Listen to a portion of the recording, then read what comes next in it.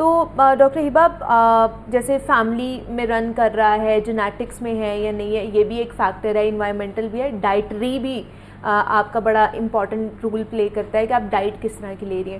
تو سب سے پہلے تو مجھے بتائیں کس طرح کی ڈائٹ جو ہے نا وہ رسک فیکٹر بڑھاتی ہے کینسر کا؟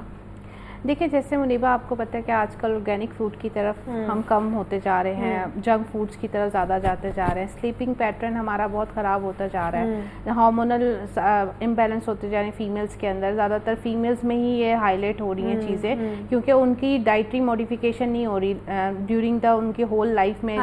جب وہ ینگسٹرز بھی ہوتے ہیں تو کوشش ان کی یہی ہوتی ہے کہ ہم وہ فوڈ کھائیں جو ایزیلی ہمیں اویل ہو سکے، تھوڑی سی محنت کرنا چھوڑ دی ہوئی ہے.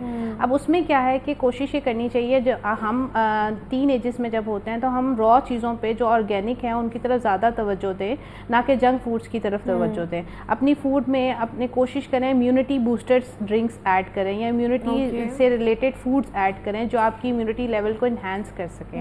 اب وہ امیونٹی بوسٹرز کیا ہیں کہ لوگ کہتے ہیں کہ ہمیں نہیں پتا کہ ہم کون سی ڈائٹ میں جو ہے نا ایسی چیزیں ایڈ کریں کہ جس سے ہمارے جو ہے نا اینٹی انفلیمیٹری ڈائٹ کون سی ہوتی ہے، ہماری اینٹی آکسیڈنٹ ڈائٹ کون سی ہوتی ہے، کون سے فروٹس ایسے ہیں جس میں اینٹی آکسیڈنٹ ہوتا ہے، ہمیں وہ ایڈ کرنے چاہیے نہیں کرنے چاہیے. بچیوں کو یہ نہیں پتا، آج کل کی جنریشن کو بھی نہیں پتا. وہ ایزیلی جنک فوڈ کی طرف، پیزا برگر شاورماز کی طرف جاتے ہیں، جس کی وجہ سے یہ ریشو لیولز بہت زیادہ ہوتے جا رہے ہیں کینسر کی طرف. کینسر یہ بہت بڑا ہائی لائٹ ٹاپک ہے، لیکن اس کے علاوہ اگر ہم دیکھیں کہ ڈائٹری ہیبٹس چینج ہونے کی وجہ سے یہ ریشو کم ایجز میں زیادہ ہونے لگ گئی ہے. ڈائبٹیز بھی ہائی لائٹ کرتی ہے اسی چیز میں کہ آپ پہلے کہیں 30s کے بعد جا کر جو ہے نا ہم کہتے تھے کسی پیشنٹ کو جو ہے ڈائبٹیز 30s بھی بہت زیادہ 40s کے بعد. اب اسی طرح کینسر کا بھی یہی ہے کیونکہ امیونٹی لیول کم ہوتا جا رہا ہے. باڈی میں امیونٹی لیول کم ہونے کی وجہ کیا ہے؟ کیونکہ ہم وہ چیزیں نہیں کھا پا رہے ہوتے ڈائٹ سے جس میں ہماری امیونٹی انہینس ہو. تو پھر کیا کھائیں جو اینٹی کینسرس بھی ہوں، جو ہمیں امیونٹی بھی بوسٹ کریں ہماری؟ لیکن گاجر کا استعمال بہت اچھا ہے. اچھا، گاجر کا استعمال کریں، اورنجز کا استعمال کریں، آپ کی امیونٹی اینٹی آکسیڈنٹ ہے، امیونٹی بوسٹ کرتے ہیں آپ کے. اور میں کہتی ہوں سارے فروٹس اینڈ ویجیٹیبلس آپ کو کھانے چاہیے، وہ آپ پورشنز کے ساتھ کھائیں، بیلنس فارم میں کھائیں، اپنی ڈائٹ میں کسی چیز سے انکار مت کریں، را فارم میں، آرگینک فارم میں. پروسیسڈ فوڈ کی طرف کم جائے. پروسیسڈ فوڈ میں کیا آ جاتا ہے؟ جیسے بیکری آئٹم ساری آ جاتی ہیں، سنتھیٹک جوس آ جاتے ہیں، مطلب جنک فوڈس آ جاتے ہیں. یہ پروسیسڈ فوڈ کی طرف جتنے کم رہیں گے اتنی اچھی آپ کی، کیونکہ دیکھیں آپ نے دیکھا ہوگا ریشو بیمار ہونے کا آج کل زیادہ ہے بچوں سے لے کر، کیونکہ امیونٹی کم ہے. جب امیونٹی کم ہوتی ہے تب اسکن الرجنس، ڈرائنس، یہ ساری چیزیں آپ کی اسی سے ریلیٹ ہوتی ہیں نا. تو کوشش کریں اپنی ڈائٹ میں، جیسے کہ میں نے اورنج اینٹی آکسیڈنٹ کا کام کرتے ہیں آج کل بہت زیادہ ہے. اے بی سی فروٹ جوس کا استعمال کریں جس میں ایپل آ جاتا ہے، کیرٹ آ جاتا ہے اور بیٹ روٹ آ جاتی ہے. تو یہ اے بی سی جوس آپ کے لیے بہت افیکٹو ہے، آپ کی امیونٹی بھی بوسٹ کرتا ہے، اینٹی آکسیڈنٹ کا بھی کام کرتا ہے. تو جو ڈائبٹیز کے مریض ہیں وہ کنسلٹنٹ سے کنسلٹ کر کے یہ چیز یوز کریں، اس کو بہتر کر سکتے ہیں. اچھا، دوسرا ایک یہ بھی اسٹڈی آئی تھی آج سے کچھ سال پہلے کہ جی جو باربیکیو ہوتا ہے یا جو اس کے اوپر جلا جلا سا ہوتا ہے وہ بھی کینسرس ہو سکتا ہے. ایگزیکٹلی، یہ باقی ہاں جی ایسے ہی ہے. باربیکیو بہت دفعہ اوائڈ کرنا چاہیے، بہت دفعہ نہیں، بہت اوائڈ ہی کرنا چاہیے، نہیں کھانا چاہیے، کیونکہ اس کو صحیح طریقے سے ہمیں یہاں پہ کول کے اوپر پکا ہوا نہیں کھانا چاہیے یا نہیں، وہ جب کول کے اوپر پکا ہوا بھی نہیں کھانا چاہیے. ٹھیک ہے، کوشش کریں وہ اوائڈ کر دینا چاہیے، کیونکہ جب وہ بلیک آپ کو دیکھا ہوگا میٹ ہو جاتا ہے وہ آپ کے لیے فائدے مند نہیں ہے. وہ تو جب جل گیا نا، جل گیا، اس کی ڈی نیوٹریشنل ویلیو بھی ختم ہوگی، وہ ایسے ہے کہ ویسٹ ہے. سیکنڈلی مطلب ہم تو بہت سارے پیشنٹس ڈیل کرتے ہیں جس میں کہ جو بیلٹ ہے افغانستان سے بہت پیشنٹس آتے ہیں اور ان کی ڈائٹری پیٹرن ہم سے بہت ڈفرینٹ ہے کہ وہ باربیکیو اور وہ والے بہت زیادہ کھاتے ہیں. وہاں پر گٹ کے کینسرز بہت زیادہ کامن ہیں، بہت زیادہ کامن ہے. کیونکہ مطلب اگر ہم پیشنٹس کی ایوریج دیکھتے ہیں تو جو ہمارے پیشنٹس ہیں اور افغانستان سے جتنے پیشنٹس آتے ہیں ان میں میجورٹی پیشنٹس ہم تو بڑا ایزیلی کھا رہے ہوتے ہیں، بڑا مزہ لے کے کھا رہے ہوتے ہیں. جی کچھ نہیں ملا تو باربیکیو منگا لو اور وہ کھا لیتے ہیں. گھر میں بھی باربیکیو پارٹیز ہو رہی ہوتی ہیں. جیسے میڈم لینے میں تو ٹھیک ہے، لیکن یہ کہ آپ ڈیلی بیسس پہ وہی کھا رہے ہیں، ہیبچول ہو گئے ہیں تو وہ that is a risk factor. کوشش کریں کہ آپ اس کے فارم میں آپ اس کو بیک کر لیں یا اسٹیم کر لیں یا آپ جیسے آپ کو ایزی لگتا ہے، لیکن گرل فارم میں کر لیں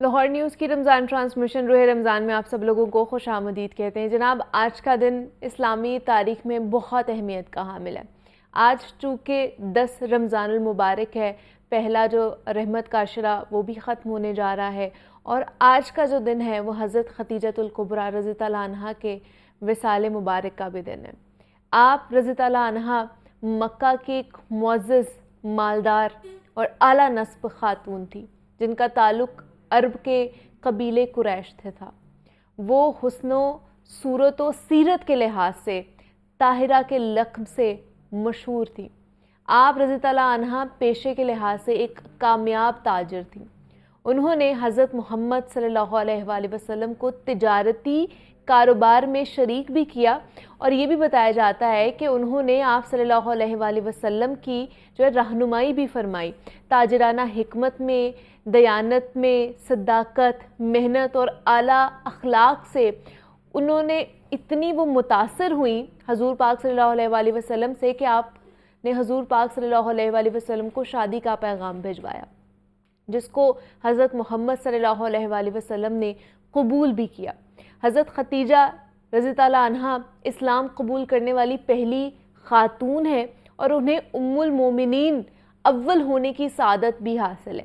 نبی کریم صلی اللہ علیہ وآلہ وسلم کی تمام اولادیں حضرت خدیجہ رضی اللہ عنہا میں سے ہی پیدا ہوئی، اور حضرت خدیجہ رضی اللہ عنہا نے رسول کریم صلی اللہ علیہ وآلہ وسلم کی زندگی اور اسلام کی سربلندی کے لیے کیا اہم کردار ادا کیے، اور آپ کی سیرت طیبہ میں سیدہ خدیجہ رضی اللہ عنہا کو ایک خاص مقام و منزلت کیوں حاصل ہے، اسی کے متعلق آج بات کریں گے، اور آج کے دن کے حوالے سے بات کریں گے۔ اس پہ بات کرنے کے لیے ڈاکٹر پی طارق شریف زادہ صاحب ہمارے ساتھ موجود ہیں، اسٹوڈیوز میں معروف سیریس اسکالر ہیں، ان سے بات کرتے ہیں۔ ڈاکٹر صاحب، آپ کو خوش آمدید کہتے ہیں ٹرانسمیشن میں، کیسے ہیں آپ؟ ٹھیک ہیں؟ بہت شکریہ۔ ڈاکٹر صاحب، آج خاتون اول حضرت خدیجہ رضی اللہ عنہا کا یوم وصال ہے، اس حوالے سے آج ہم نے بات کرنی ہے۔ ان کی شخصیت کے حوالے سے بتائیے، ایک مثالی خاتون انہیں کہا جاتا ہے، ان کے حوالے سے ہمیں بتائیے۔ بسم رب محمد کریم علیہ الصلوۃ والتسلیم۔ سب سے پہلے تو یادآوری کا شکریہ، اور آج ایک ایسی ہستی کے ذکر سے ہم برکت لینے کی سعادت پا رہے ہیں کہ جن کا مقام اور منصب جو ہے وہ سرکار دو عالم صلی اللہ علیہ وسلم کی نگاہ میں اور خود پروردگار عالم کی نگاہ میں ایسا اعلیٰ عرفہ ہے کہ اللہ نے ان کو اپنے محبوب صلی اللہ علیہ وسلم کی محبوبہ بنایا ہے۔ یعنی ایک ایسی ہستی کا ذکر آج ہم کرنے جا رہے ہیں جو محبوب رب العالمین ہے۔ کیا بات، اور دوسری عزت کا معاملہ آپ تصور کیجئے کہ کیا منفرد آپ کو اللہ نے عزت عطا فرمائی کہ آپ مادر المومنین ہیں، ام المومنین ہیں، اور پھر آپ کی ایک نسبت جو ہے وہ یہ بھی ہے کہ کائنات کی ساری عورتوں کی جو سردار خاتون حضرت فاطمہ الزہرا سلام اللہ علیہا، آپ ان کی والدہ ماجدہ ہیں۔ تو اس سے اندازہ ہونا چاہیے کہ کس عظیم المرتبت ہستی کا ذکر جو ہے وہ آج ہم کرنے جا رہے ہیں۔ رسول اللہ صلی اللہ علیہ وسلم کی نسبت سے جب آپ کی زندگی میں ہم دیکھتے ہیں تو ازواج مطہرات تو اور بھی ہمیں حضور کی زندگی کے اندر موجود نظر آتی ہیں، لیکن جو منفرد مقام اور مرتبہ اللہ نے حضرت خدیجہ الکبریٰ کو عطا کیا، جو منفرد عزتیں جو ہیں ان کے لیے رکھی گئیں، شاید ہی کسی اور کے نصیب کے اندر وہ بات آئی۔ وہ آپ تصور کیجئے، حضرت عائشہ صدیقہ رضی اللہ تعالیٰ عنہ یہ فرماتی ہیں کہ میں نے رسول اللہ صلی اللہ علیہ وسلم کی زبان اقدس سے کسی ایک خاتون کے بارے میں سب سے زیادہ جس ایک خاتون کے بارے میں کلمہ خیر سنا، یعنی خیر کی بات سنی، خیر کی گواہی سنی، ان کی تعریف سنی، وہ حضرت خدیجہ الکبریٰ سلام اللہ علیہا کی ہستی ہیں۔ اور مجھے یوں لگتا ہے کہ اللہ رب العزت نے عالم ارواح میں بہت پہلے کہیں رسول رحمت کی شریک سفر کے طور پر حضرت خدیجہ الکبریٰ کا انتخاب کر لیا تھا۔ آپ تصور کیجئے کہ ساری ازواج میں آپ کا منفرد اعزاز یہ ہے کہ حضور کی نسبت سے خونی نسبت جو ہے، جو شجرہ نسب کی نسبت ہے، اس میں آپ سب سے زیادہ حضور کے قریب ہیں۔ یعنی آپ بھی قریشی خاندان جو ہے نا اس سے ہیں، تو اس نسبت سے حضور کے خاندان کا فرد ہونے کی نسبت سے بھی ایک آپ کی قربت ہے۔ پھر سرکار دو عالم کے عقد میں آنے والی پہلی خاتون کے طور پر ہیں۔ آپ تصور کیجئے کہ اللہ کے محبوب رسول صلی اللہ علیہ وسلم جو ہیں، ان کے دل میں آپ کی قدر و منزلت کا عالم یہ ہے کہ رسول اللہ صلی اللہ علیہ وسلم نے آپ سے نکاح فرمایا، اور 25 برس تک یہ نکاح قائم رہا۔ 25 برس میں رسول اللہ صلی اللہ علیہ وسلم عرب معاشرے کے اندر رہنے کے باوجود جہاں کثرت نکاح ایک معمول کا عمل تھا، اور انہوں نے کوئی نکاح نہیں کیا، میرے کریم رسول صلی اللہ علیہ وسلم نے حضرت خدیجہ الکبریٰ کی دل آزاری سے بچنے کے لیے کوئی اور نکاح آپ کی زندگی کے اندر نہیں کیا۔ یعنی آپ کلیتاً سرکار دو عالم صلی اللہ علیہ وسلم کی 25 برس تک شریک سفر رہی۔ اور پھر میں جیسے بتا رہا تھا کہ اللہ نے ایسی منفرد عزتوں سے نوازا پہلی نکاح میں آنے والی خاتون کے طور پر بھی آپ کو دنیا ہمیشہ یاد رکھے گی. اور پھر آپ یہ تصور کیجئے کہ جب 40 برس کی عمر میں رسول رحمت صلی اللہ علیہ وسلم پر اللہ رب العزت قرآن حکیم کا نزول فرمانا شروع کرتا ہے اور اقرا بسم ربک الذی خلق سورہ علق کی پہلی 5 آیات کا تحفہ لے کر رسول اللہ صلی اللہ علیہ وسلم غار حرا سے جب اپنے کاشانہ رحمت میں آتے ہیں تو پوری انسانی مخلوق کی طرف، عالمین کی طرف جس ہستی کو پیغمبر بنا کر بھیجا گیا تھا نا، اس رسول نے اللہ کے اس لافانی کلام میں جس پہلی ہستی کو شریک کیا وہ حضرت خدیجہ الکبریٰ سلام اللہ علیہ کی ہستی ہے. آپ وہ عظیم المرتبت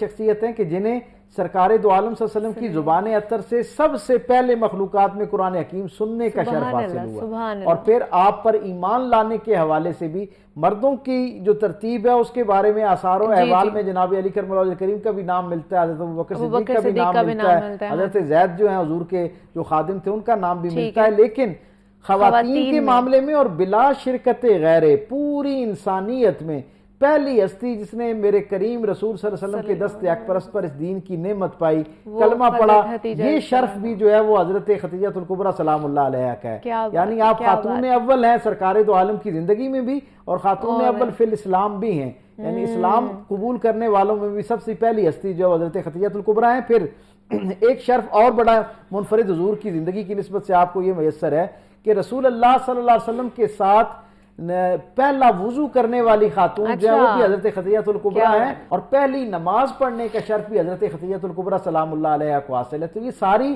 منفرد عزتیں اور نسبتیں آپ کو حاصل ہیں جو میرے کریم آقا صلی اللہ علیہ وسلم کی زندگی کے ساتھ ہیں. اور پھر اعلان نبوت سے پہلے بھی آپ کا جو معمول ہے، آپ کی حیثیت یہ ہے کہ وہ عرب معاشرہ جہاں پر عورت کی طہارت کا اور پاکیزگی کا کوئی تصور ہی موجود نہیں تھا، عورت کو ایک جانوروں کے درجے پر جو ہے وہ ٹریٹ کیا جاتا تھا اور ان کی حیثیت اس سے زیادہ نہ تھی، اس معاشرے کے اندر آپ کا مقام اور منصب، آپ کا اخلاق اور کردار، اس کے حوالے سے گواہی کا یہ عالم تھا کہ سارا عرب آپ کو طاہرہ کہہ کر پکارا کرتا تھا. اور آپ اس زمانے کے اندر ملکۃ العرب کے نام سے اور لقب سے مشہور تھیں. یعنی پورے عرب کی جو گویا خواتین کی سربراہی تھی اللہ نے آپ کے ہاتھ رکھی تھی. اور پھر آپ کا یہ بھی ایک بڑا منفرد اعزاز ہے کہ انسانی تاریخ میں پہلا وومن چیمبر آف کامرس جو ہے اس کو ترتیب دینے کا شرف بھی آپ کو حاصل ہے. شرق تا غرب، شمال تا جنوب، پورے جزیرہ نما عرب کے اندر خواتین کے جتنے بھی تجارت سے وابستہ معاملات ہوا کرتے تھے، بلکہ اس سے ایک درجہ آگے جا کے جو ان کے خانگی معاملات بھی ہوا کرتے، اس میں کہیں جب فیصلہ کرنے کی کوئی باری آتی تو عرب سرداروں کے ساتھ ساتھ خواتین میں اکلوتا نام حضرت خدیجہ الکبریٰ کا ہوتا. اور عرب اپنی ساری جہالت کے باوجود اس بات پر یعنی فخر کیا کرتے تھے کہ اگر حضرت خدیجہ الکبریٰ کی خاتون کے کسی معاملے میں تصفیہ کرواتے ہوئے کوئی رائے آ گئی ہے تو پھر ان کی رائے حتمی سمجھی جاتی تھی. ایسا مقام اور منصب، ایسی عزت رکھنے والی خاتون. اور تجارت کا معاملہ یہ تھا کہ آج کا جو زمین کا نقشہ ہے اس کے اوپر موجود 3 آباد بر اعظموں میں آپ کی تجارت تھی اور کئی ہزار کی تعداد میں لوگ بالواسطہ اور بلا واسطہ آپ کے ساتھ جو ہے وہ وابستہ تھے تجارت کی شکل میں، اور آپ اس کو مکہ شہر کے اندر بیٹھ کر اس کو لیڈ کرتی تھی. لیکن جب میرے کریم آقا صلی اللہ علیہ وسلم کے لیے پروردگار عالم نے آپ کا انتخاب فرمایا تو وہ ملکۃ العرب جو پورے عرب کے اندر سب سے متمول خاتون تھی نا، اس نے میرے کریم رسول صلی اللہ علیہ وسلم کے نکاح کے بعد اپنا سارا کچھ میرے رسول صلی اللہ علیہ وسلم پر نچھاور کرنا شروع کر دیا اور اس دین کی نصرت کے لیے جو ہے وہ اپنے جتنے اسباب تھے، جتنے وسائل تھے، وہ سارے صرف کرنا شروع کر دیا. آپ کے یعنی صاحب ثروت ہونے کا عالم یہ تھا کہ مکے کے اندر صرف 8 سردار ایسے تھے. 10,000 کی آبادی تھی مکے کی، تصور کیجئے.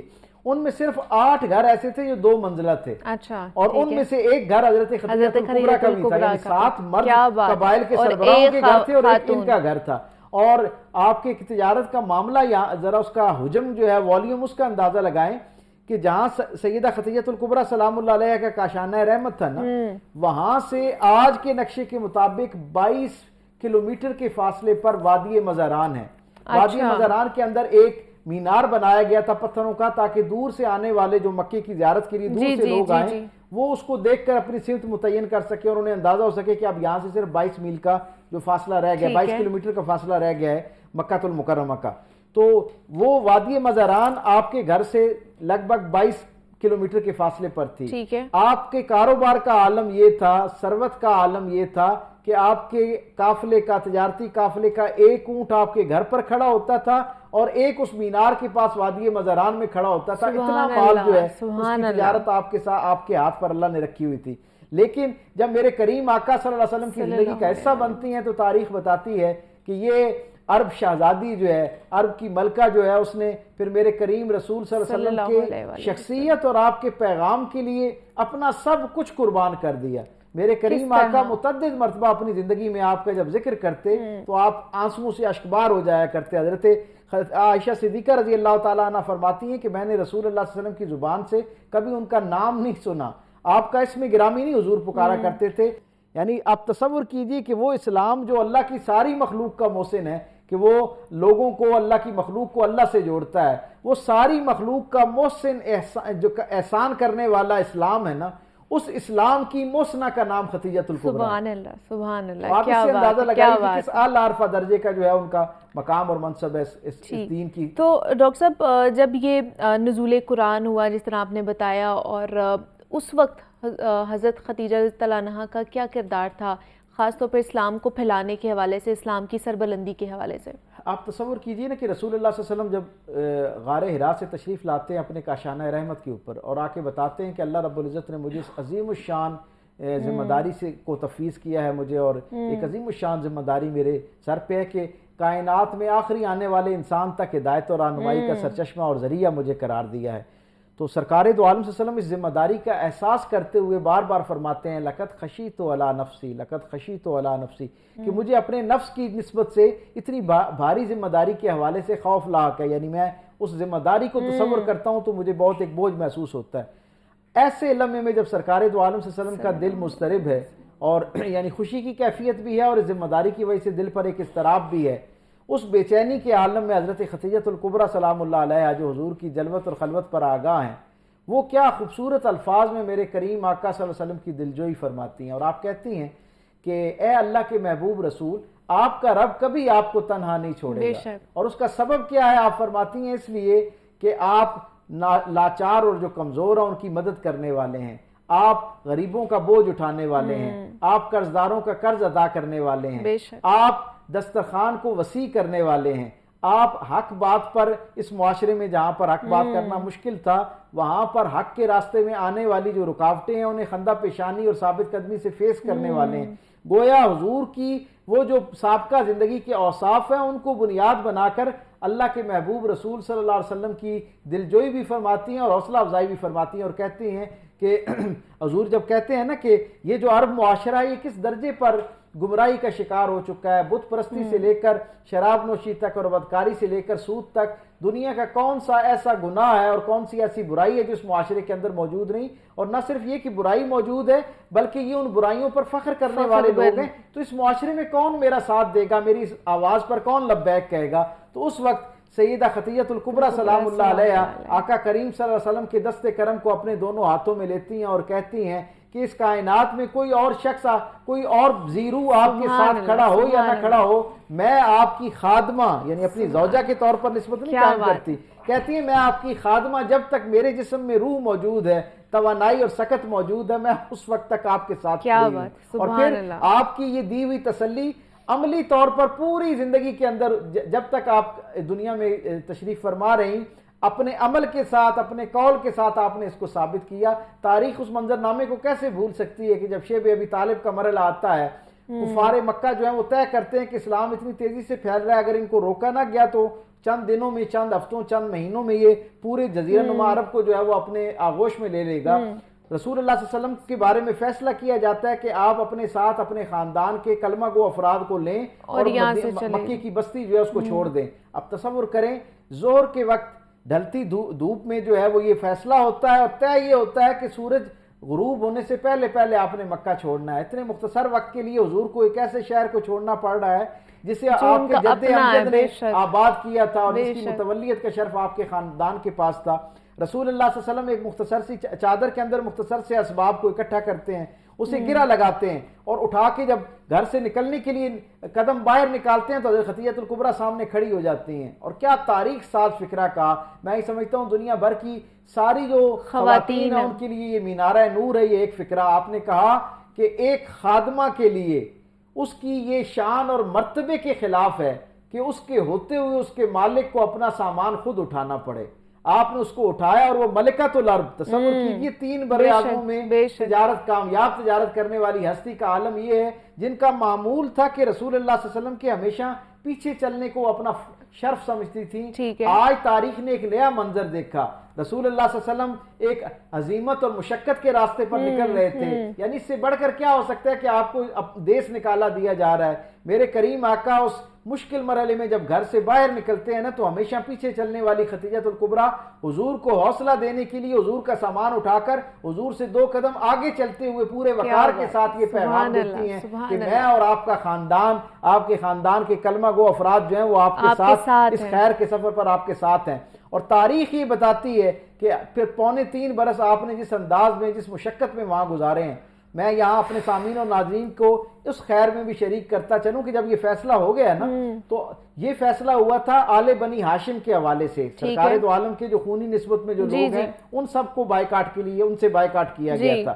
حضرت خدیجہ الکبریٰ کرشی النسل ہے، قریشی خاندان براہ راست ہاشمی نہیں تھی. تو آپ کے بھتیجے حضرت حکیم بن حزام جو بعد میں فتح مکہ پر اسلام جنہوں نے قبول کیا وہ بڑے صاحب حیثیت تھے اور مکے میں ان کا بڑا روب داب تھا. وہ آپ کے پاس آئے اور انہوں نے کہا کہ اب یہ فیصلہ تو اہل مکہ نے کر لیا ہے، فیصلہ میں نہیں روک سکتا لیکن آپ کو میں روکنے کا جواز فراہم کر سکتا ہوں کیونکہ آپ آل ہاشم میں سے نہیں ہیں. ٹھیک ہے، سو میں اسے جواز بنا کر آپ کو یہاں روک لیتا ہوں اور جب کچھ وقت بہتر ہو جائے گا تو سرکار دو عالم کو بھی واپس جو ہے وہ ہم مکہ ان کے خاندان کے ساتھ لے آئیں گے. اب تصور کیجئے دنیا کی ساری جو بہویں اور بیٹیاں ہیں ان کے لیے میری کریم ماں نے کیا خوبصورت ایک پیمانہ مقرر کر دیا. آپ فرماتی ہیں کہ میں یہ بات میری غیرت کو گوارا نہیں ہے کہ میرا محبوب نبی اور میرا محبوب شوہر جو ہے وہ اور اس کے اہل خاندان وہ کسی مشقت میں اور اسرت میں زندگی گزار رہے ہیں اور میں مکے کے اندر جو ہے وہ ایک سہولت والی زندگی جو ہے اسے گزار رہی ہوں. اس لیے آپ نے فرمایا کہ میں نے ان کے ساتھ ہی رہنا ہے جہاں سرکار دو عالم صلی اللہ علیہ وسلم رہیں گے. وہ مشقت کا مرحلہ ہے، اللہ تعالیٰ اسی مشقت سے سرکار دو عالم کو دوبارہ لافانی عزت جو ہے وہ عطا فرمائے گا اور آپ وہاں سے چلتی ہیں.